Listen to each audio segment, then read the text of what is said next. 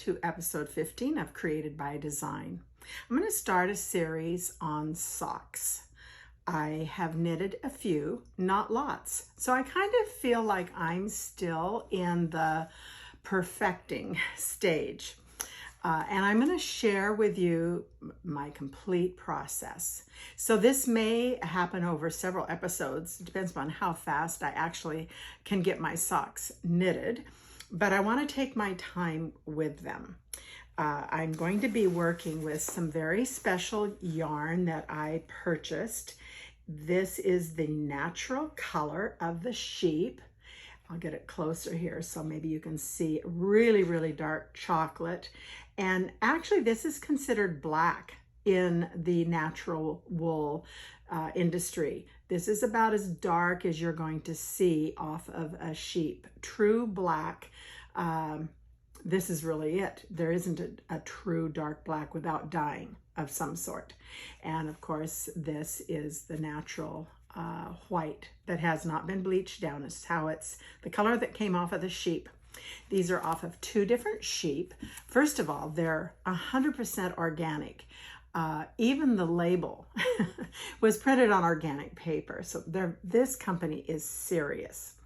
And the white is off of a Dartmoor, D-A-R-T-M-O-O-R, and it is 100% gray face Dartmoor. I'm going to post a picture of what this sheep looks like. Just thought it would be fun. Now that we know that this has no other sheep in it, it's very specific to this breed. And this is a Haberdean, 100%. And this sheep was grown in Scottish Wales and the Scottish Highlands. I love it. They put all this information on the label. And spun in Yorkshire and hand finished. And I'm not quite sure what hand finishing means.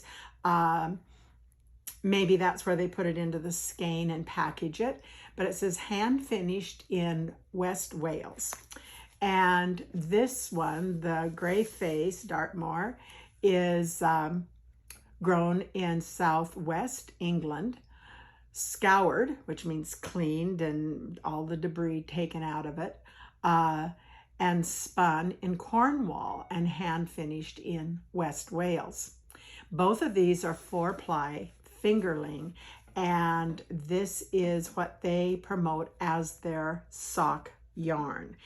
And they've put a special twist. This has no nylon. That's why I'm kind of anxious to see how this works, because most wool, having a little bit of nylon in it helps give it structure. So I'm really curious to see how these two skeins make up. I looked up, I think I paid $15 a skein. I order my wool like this from Woolly Thistle. They're in Maine, or maybe they're New Hampshire, on the East Coast. I love working with them. They have some nice sales. I get a lot of information from them. They have a YouTube. They're on Ravelry. They have Facebook.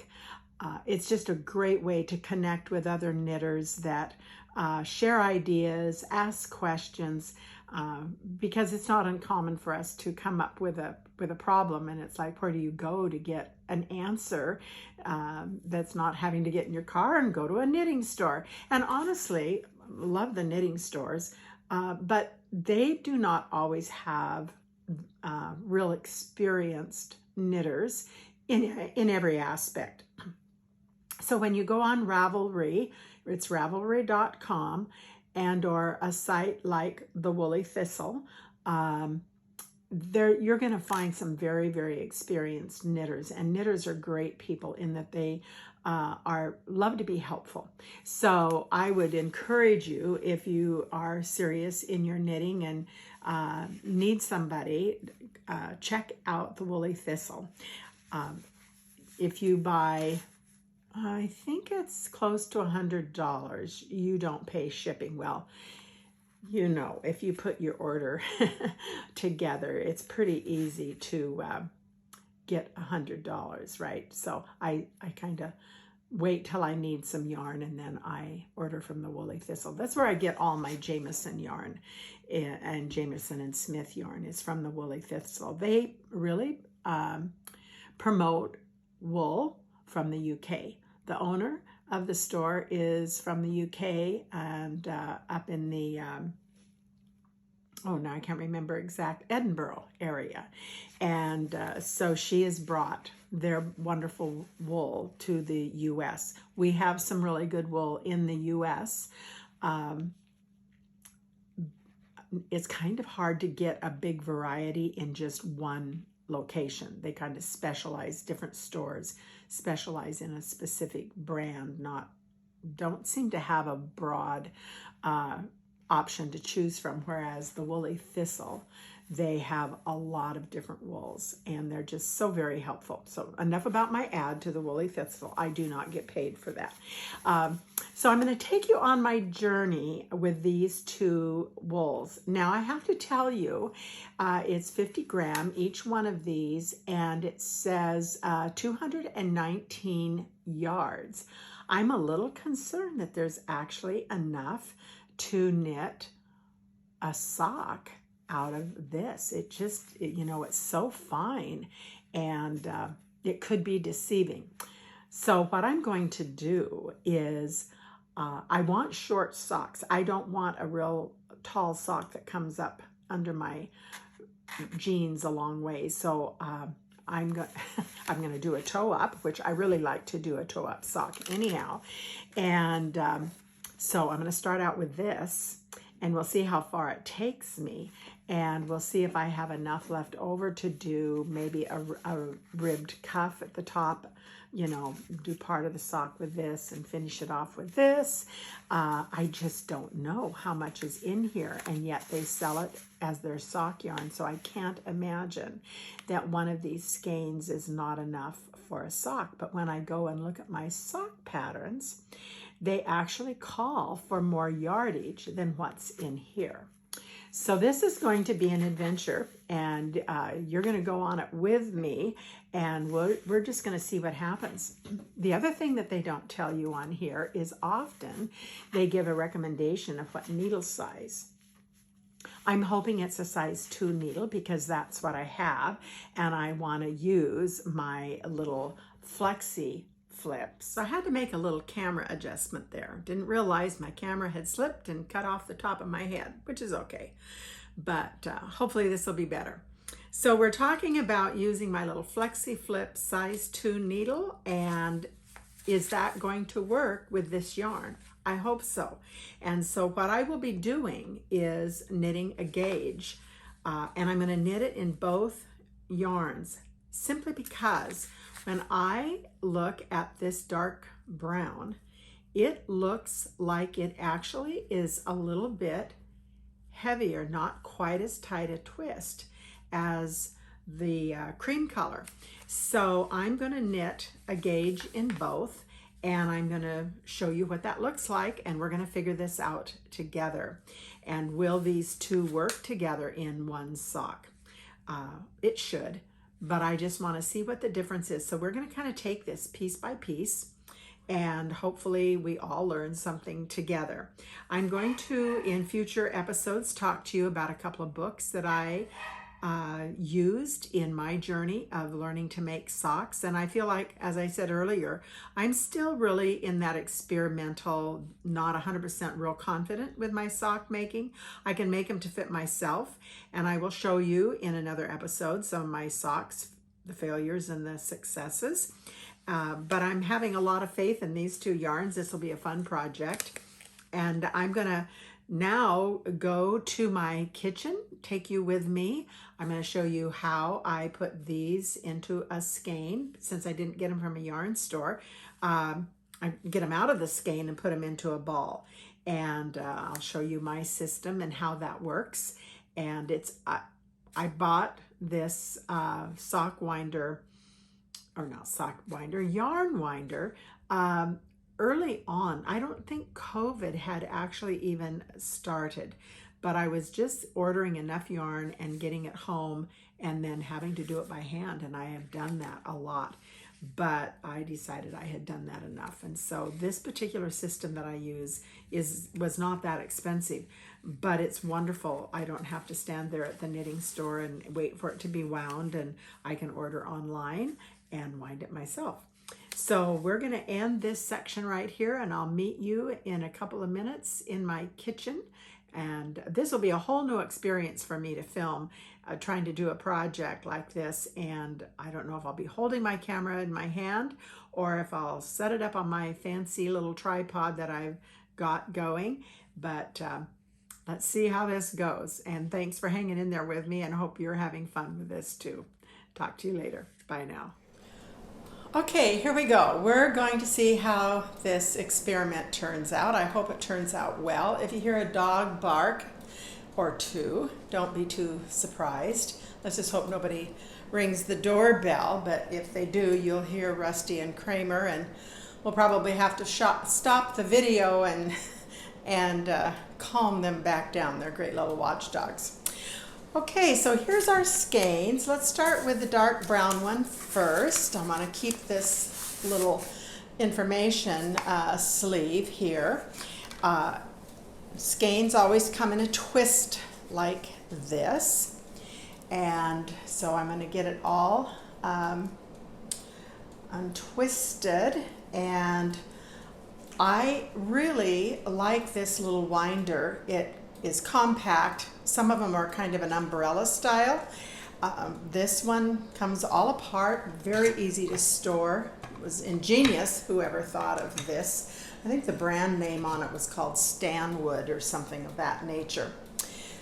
Okay, so here's our skein. It's tied together in several places, and before I cut that loop, I have to put these pegs in our little holder here and get in the right spot, let's hope. We want a little tension, so I'm not sure which spots are gonna work the best here. That's a little loose, but if I push it out to the next one, that's going to be way too tight, I think. Yeah, let's try it and see what happens. Let's live on the brave side.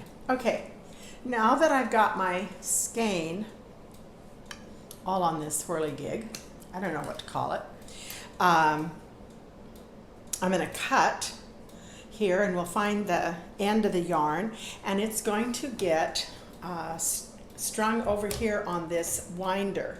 And I don't have it fully in the picture, but before I quit, I'll turn the camera around and let you have a good look at this. These two things were bought separately. The spinner was bought separately from this winder over here. Two different companies, actually. Okay, so going to cut our little yarn here and free this up. And while I'm doing this, I'm looking for the end of the yarn.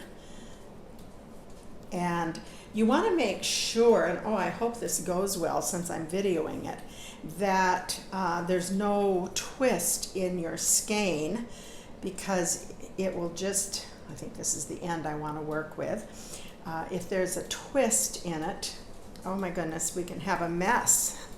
We don't want a mess today. So one more place that it's cut, and taking that out, and I'm just lightly opening this up just a little bit, not a lot. Come back over here. There's two ends. There's this one here that's kind of on the back side, and then there's one here that definitely is coming off of the front. I want this one that's coming off of the front of this skein. So this one that's the back side, and I know it is, I can't just leave it flopping around or I'll have a knot. So I'm going to tuck it right in there, and hopefully it'll stay there and not give us a problem. All right, I have my end of my skein yarn right here in my hand, and now I'm going to bring it over here to this contraption, and I'm actually going to adjust the camera for just a minute, so hang with me. I'm gonna turn the camera just a little bit.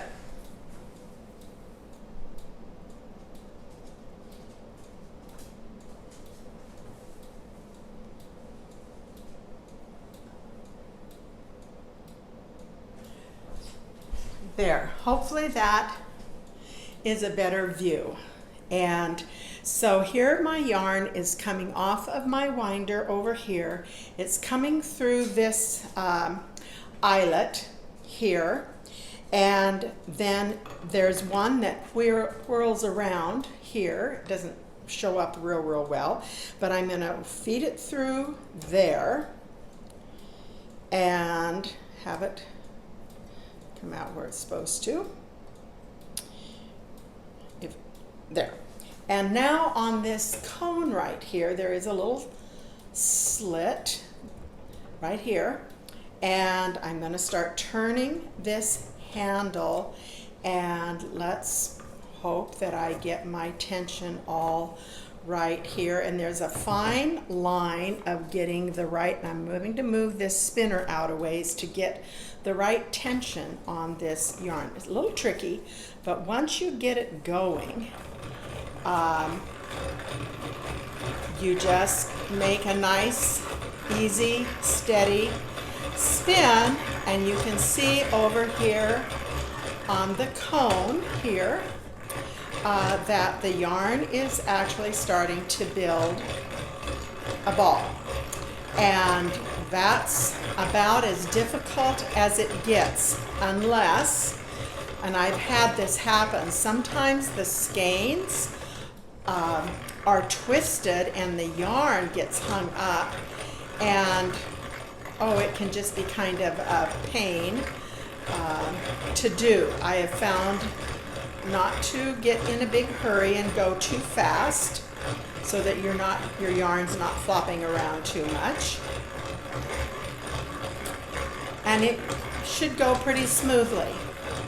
And that's really all it takes. I am actually going to finish this while we're videoing so you can see the end result. It will only take another minute or two.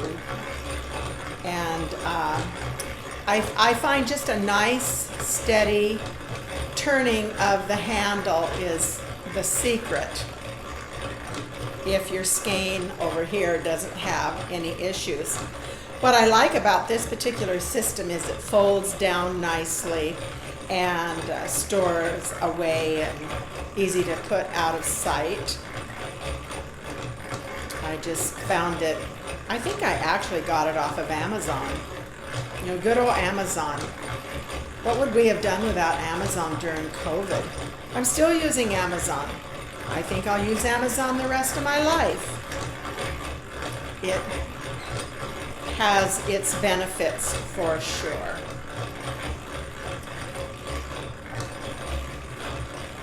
You don't want too much tension on your yarn so that you're not, you know, stretching your yarn as you're putting it on here, and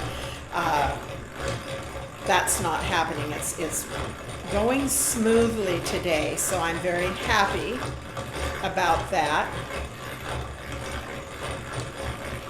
And the dogs so far are being very compliant. They're sleeping.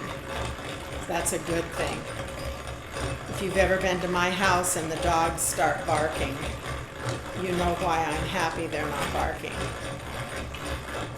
They're yappy little dogs. I don't particularly like yappy dogs, but you know, they're sweet dogs, so they're doing a job. They're being the doorbell. And I think the whole neighborhood hears them when they get to barking. Okay, almost done here.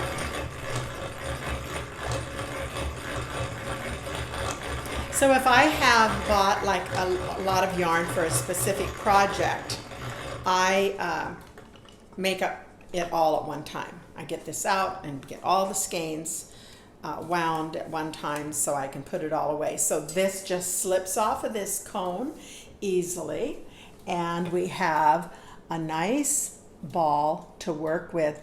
I just use from the outside. If some people find the inside, that would be easy to do.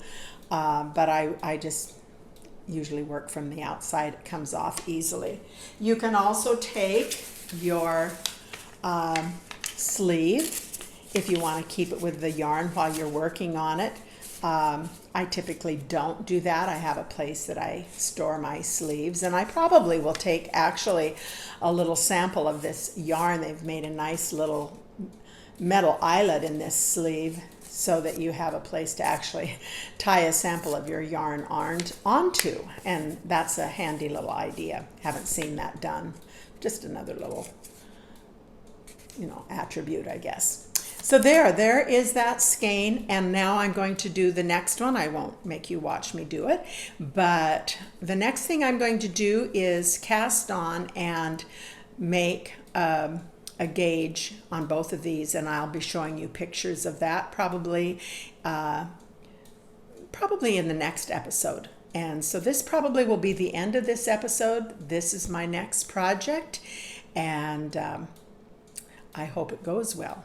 And I'll show you how I make them fit my feet and a whole lot more about socks.